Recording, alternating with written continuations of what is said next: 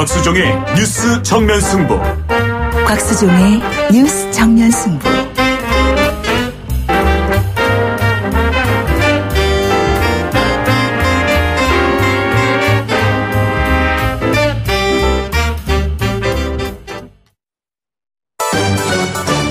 김작이 묻고 곽박이 경제로 답한다. 주파수 94.5 YTN 뉴스 FM 곽수종의 뉴스 정면 승부 3부 시작하겠습니다. 3부 시작은 김 작가가 문을 열어줍니다. 질문 주세요. 네, 김 작가입니다. 앞으로 카페나 헬스장 같은 데서 노래를 틀려면은 저작권료를 따로 지불해야 한다는 법안이 통과됐다고 하는데요. 보통 가게에서 노래 틀 때는 이제 음원 사이트에서 돈을 주고 결제를 한 다음에 이제 정기권으로 노래를 틀잖아요. 근데 또 돈을 지불해야 한다는 법안이 조금 이해가 안 가는데 이렇게 되면 이중과세 아닌가요? 왜 이런 법안이 통과된 걸까요? 이중과세까지는 아닌 것 같고요. 그러니까 언뜻 생각하기에 방금 이야기를 들어보니까 그동안에 이제 우리가 저작권료를 내고 노래를 부르는 게 노래방이었잖아요. 그러면 질문이 카페나 방금 말한 헬스장이나 생맥주집이나 아니면 음악을 트는 뭐 여러 장소, 과연 그 사람들은 음원료, 저작권료를 내고 음악을 틀었을까? 우리 생각엔 당연히 음악을 틀면 내지 않았을까라고 생각하는데 내지 않았던 모양이에요. 그래서 카페에 보면은 왜 뭐 커피 마시는 집에 가도 음악을 틀잖아요. 이제 그쪽에서도 음악을 틀 경우에 돈을 내라. 이제는 저작권료를 내라. 아마 그런 내용인 것 같거든요. 그래서 우리가 노래방에 갔을 때 내는 노래방에다가 주인에게 이름해서 내주세요라고 했던 그 요금과는 다르게 문제는 이제 만약에 그 월 4,000원 정도나 뭐 5,000원 정도 지금 받게 된다라고 했을 때 그 정도를 이 소비자에게 이렇게 이제 요금을 전가시키게 되면 그때는 방금 말한 대로 이제 이중과세의 성격을 띠게 되죠. 그런 간접적인 비용인데 글쎄요 모르겠어요. 근데 은지 씨한테 내가 질문해보고 싶은 게 최근에 제가 아주 유명한 가수하고 식사를 했거든요. 이름을 딱 대면 금방 아는 분이세요. 노래방에 가면 노래를 많이 불러요, 이분. 저작권료가 1년에 얼마 정도 되는 줄 아세요? 아니요. 그분에게 여쭤봤어요, 제가 우연하게. 8천만 원이 넘는데요. 저작권료가. 그러니까 웬만한 우리나라의 히트곡을 한 10곡 정도 가지고 있는 중견 가수분들이나 이런 경험 있는 가수분들은 7천만 원 정도의 소득은 연간 올린다. 저작권료로. 이렇게 생각하시면 되겠습니다. 지금 여러분께서는 경제학자 곽수종 교수가 진행하는 YTN 뉴스 FM 곽수종의 뉴스 정면 승부를 듣고 계십니다.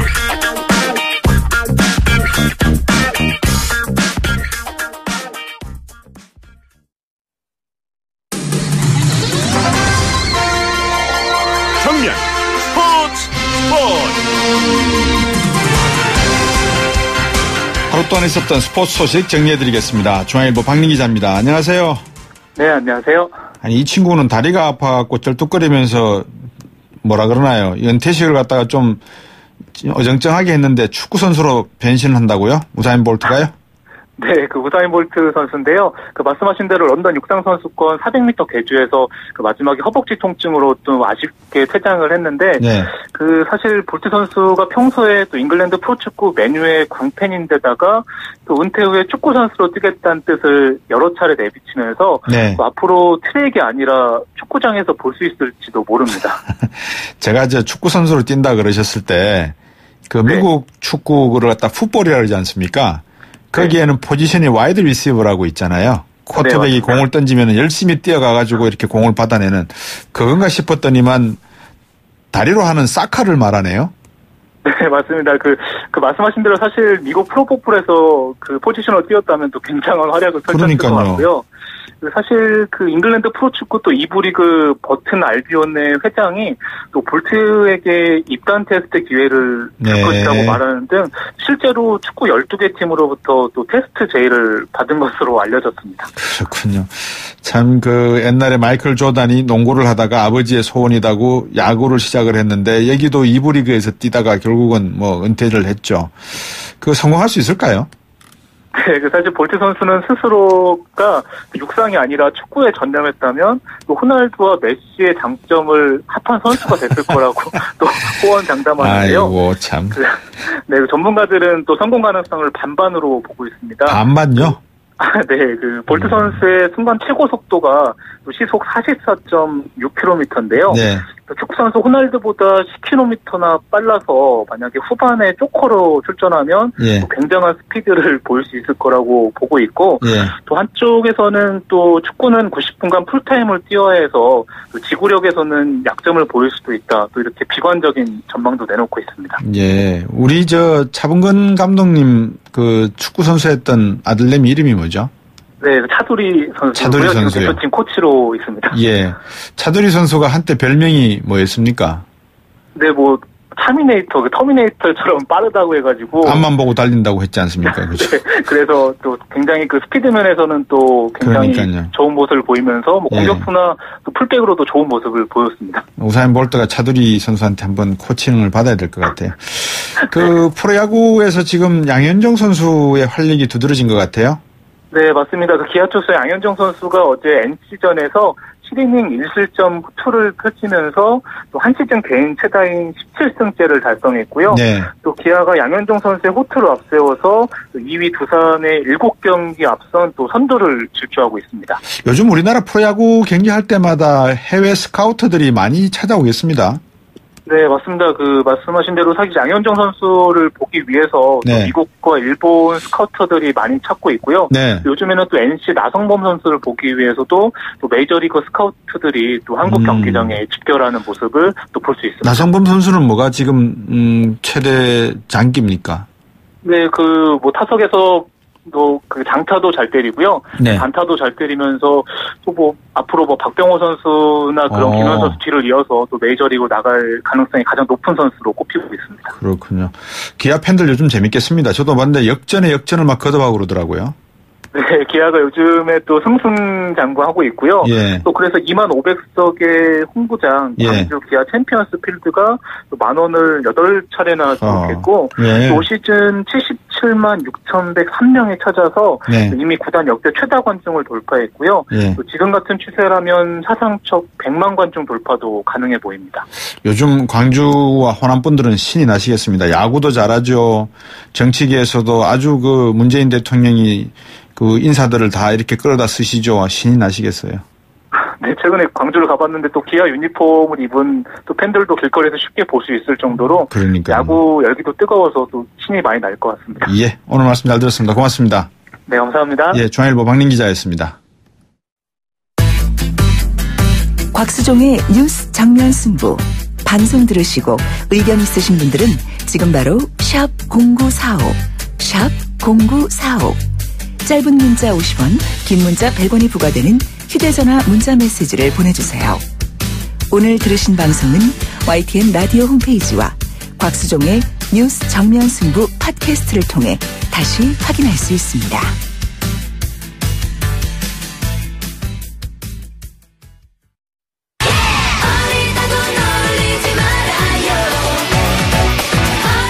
주간 여의도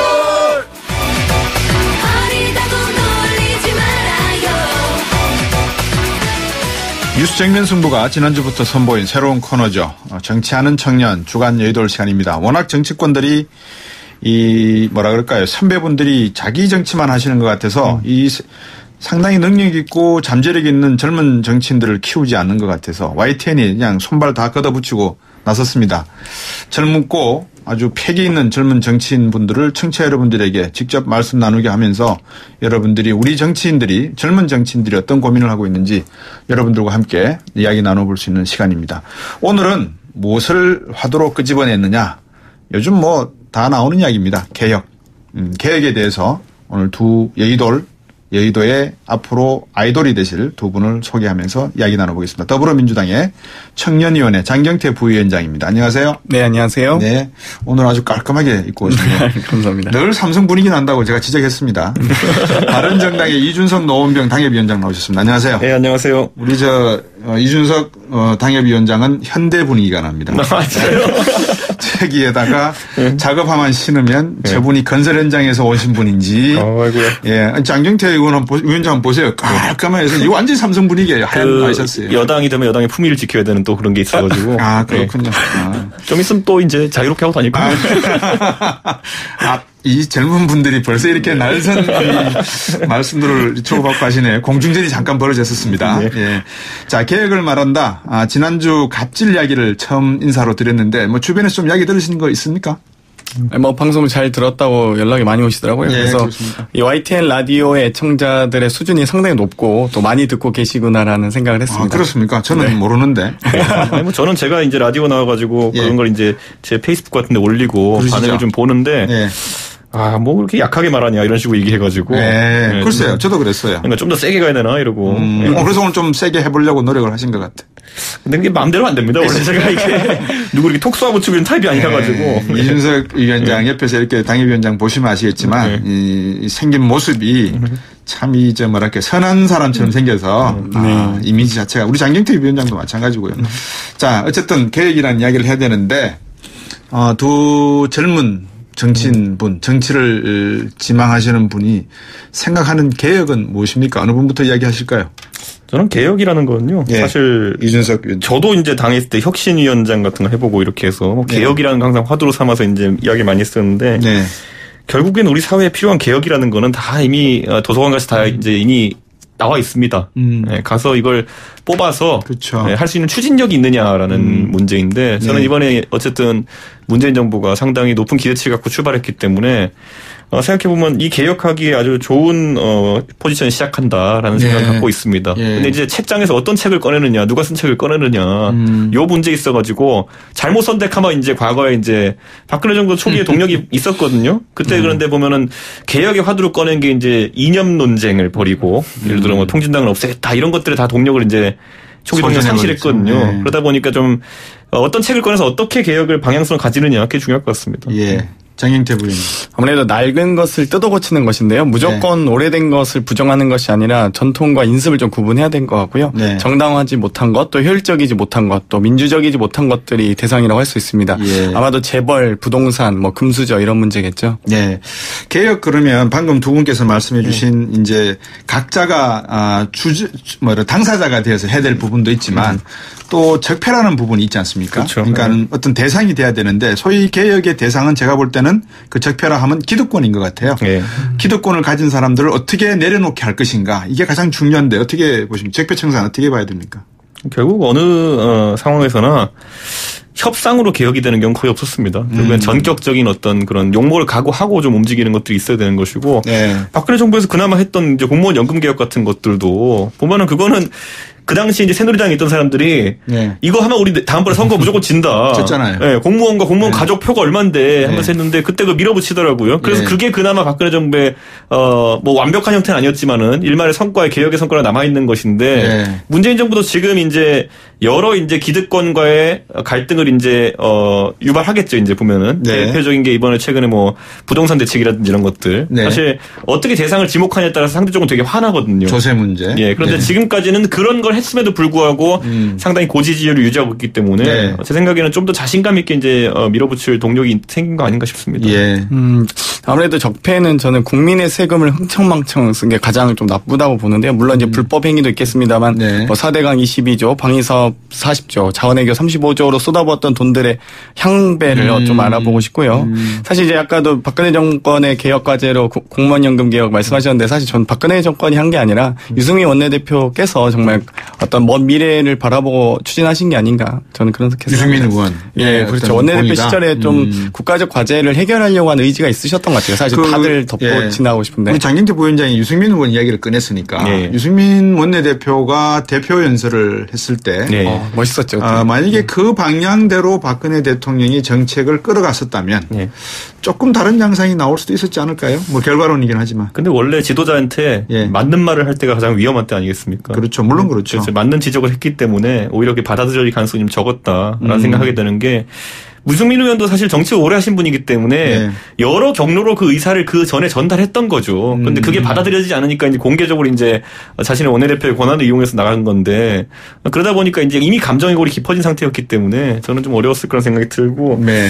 공교롭게도 이제 유승민 의원이 그때 증세 없는 복지는 허구다라는 말씀을 그렇죠. 하셨는데 네. 오늘 그 말 또 했어요. 오늘 이제 페이스북에서. 오늘 페이스북에 이제 문재인 대통령 취임 100일째를 이제 평가하는 의미의 글을 올리시면서 네. 이 말을 다시 하게 될 줄 몰랐다. 그런데 지금 이제 문재인 정부에서 하는 여러 가지 이제 국정 과제들을 보면서 네. 증세에 대한 부분이 좀 부실하다는 느낌을 지울 수가 없다는 그런 취지의 이야기를 하셨는데 네. 사실 유승민 의원이 지금 생각해보면 그때 맞았던 거거든요. 네. 이번에도 아마 증세에 대해서는 비슷한 맞는 판단을 하고 있을 거라고 봅니다. 장경태 부위원장 지금 이야기한 부분에 대해서 사실 이제 증세 부분은 저희도 대단히 좀 조심스럽긴 한데 저도 네. 솔직하게 이제는 정치권이 국민들 앞에 솔직하게 증세를 논의해야 된다 생각하고요. 더 이상 이제 국가 재원이 현재 상태로는 유지될 수 없다는 것을 우리가 스스로 인정해야 될 때라고 저는 근데 봅니다. 장경태 위원장한테 물어보고 싶은 게 네. 기득권이 몇 %까지입니까? 상위. 저는 한 5%로 보는데요. 5% 증세해가지고 다 돈 모을 수 있어요? 5%로 글쎄요. 제가 비용 추계는 안 해봤지만 네. 기본적으로 20%의 상위 20%가 우리나라 부의 50%를 차지하고 있지 않습니까? 네. 그러다 보니까 저는 한 5% 정도면 현재 세원의 상당 부분 확보할 수 있지 않을까. 사실 저는 좀 그게 걱정되는 게 박근혜 정부가 건드린 세율 구간이 사실 똑같거든요. 1억 5천 이상 되는 사람들 정도 그렇죠. 그렇게 건드렸었는데 그때도 필요한 예산을 다 재원을 조달하지 못해가지고 어쨌든 뭐 간접세 인상이라는 편법적인 방법들을 동원할 수밖에 네. 없었던 건데 저는 그래서 오히려 뭐 문재인 정부 잘못되라고 이런 얘기하는 게 아니라 오히려 증세에 대해서는 오히려 지금 이 고지지율을 바탕으로 좀 솔직한 이야기를 해야 되지 않나 싶은 생각이 듭니다. 네. 적폐 이야기를 하다가 지금 세금 이야기까지 확장이 됐는데 네. 다 관련이 돼 있죠. 네. 적폐 중에서 하나가 저는 이렇게 두 분께 방금 세금 문제와 관련돼서 그럼 여쭤볼게요. 국회의원이 앞으로 이제 되시려고 하는 거고 꼭 되시기를 바라는데 예산 심의를 하시잖아요. 예. 결산은 왜 국민들에게 제대로 알리지 않죠? 뒷마무리가 안 되는 게 5월에 이제 보통 국회에서 결산 심의를 하는데요. 그렇죠. 5월에 보통 하고 나서 예. 그걸 좀 공개하는 자리가 있으면 좋겠다 해서 저도 그런 생각을 하거든요. 아마 예. 국회가 예결위에서 5월 중에 나오는 안을 가지고 하면 좋을 텐데 예. 네, 정말 했으면 좋겠습니다. 저도. 딱히 뭐라. 그거는 제가 볼 때는 이제 뭐 여러 가지 이유가 적폐적으로 쌓여 있지 않겠나라는 생각이 들고요. 조금 더 공론화시키는 방향으로 가야 되는데 그거는 기득권을 갖고 계시는 선배 정치인분들은 하기 어려우실 것 같아요. 네. 그래서 우리 장경태 부위원장이나 아니면 이준석 위원장 같은 당협위원장 같은 이런 분들이 결국은 치고 나가셔야 될 부분 같은데 한 3분 남았는데 짧게 하나 여쭤볼게요. 국정원 댓글부대 주제를 완전히 틀었습니다. 제가 180도로. 검찰개혁, 국방개혁, 재벌개혁 전부 개혁 이야기입니다. 그런데 국방개혁 하면서 뭘 이야기하고 있죠? 박찬주 대장의 공관병 이야기하고 있고요. 검찰개혁 하면서 이명박 대통령과 댓글부대 지금 국정원 중수부장 그렇죠. 개인적인 일과 관계된 이야기를 하고 있고요. 재벌개혁 이야기하면서 조세정의 이야기는 어떻게 하고 있는지는 모르겠습니다. 그래서 공정거래위원회를 중심으로 해서 동네 상권 이야기를 하고 있고요. 그러면 뭐죠? 이 개혁을 하면 적폐가 있어야 되는 건데 국방의 적폐와 기업의 적폐와 교육의 적폐와 이런 적폐들이 어디 있다는 겁니까 지금? 일단 국방 분야에서 공감병 말씀을 하셨는데 저는 네. 이 공감병 문제가 결국 군대 내에서의 인권유린 현장 그리고 철저하게 숨겨져 왔던 진실을 밝히는데 대단히 중요하다고 생각하고요. 이 네. 공감병으로 이어지는 이제 방산비리가 차차 저는 밝혀질 거라고 생각하고 네. 검찰 개혁은 사실 중수부장 이인규님 같은 경우는 사실 이제 전직 대통령에 대한 수사를 네. 과연 피의 사실을 그렇게 공개적으로 하면서 한 부분에 대해서 네. 저는 검찰이 어떤 정권의 시녀로서 더 이상 그렇게 활동하지 않았으면 좋겠다는 어떤 정부의 의지가 있지 않은가 네. 이런 생각을 하고요. 재벌 같은 경우도 사실 김상조 위원장께서 처음 취임하시자마자 뭐 네.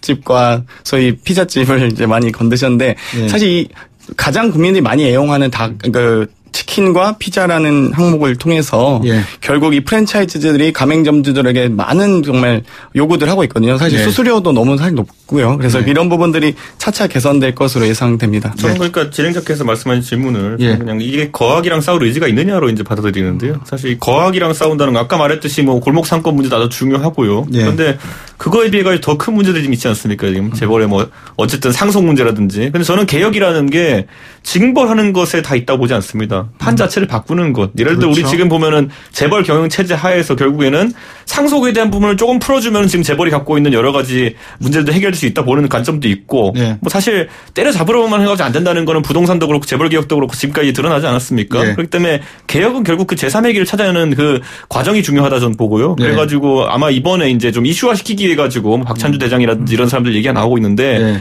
결국 이것의 최종 단계에서는 새로운 시스템이다. 그래서 그걸 제시하는 게 아마 정부의 역할이 아닐까 싶은 생각이 아주 중요한 지적을 해주셨어요. 그러니까 새로운 시스템이 있는지 없는지가 제가 궁금한 거죠. 그래서 요 돌아오면은 4부에서 저희들이 어떤 시스템을 생각을 하고 국방개혁과 재벌개혁 여러 가지 개혁들을 생각하고 계시는지 이야기를 계속 나눠보도록 하겠습니다. 개혁과 관련된 청년 정치인들의 의견 들어보고 있습니다. 4부에 돌아와서 바른정당의 이준석 노원병 당협위원장, 더불어민주당 청년위원회 장경태 부위원장과 함께 여의돌 계속 진행하겠습니다.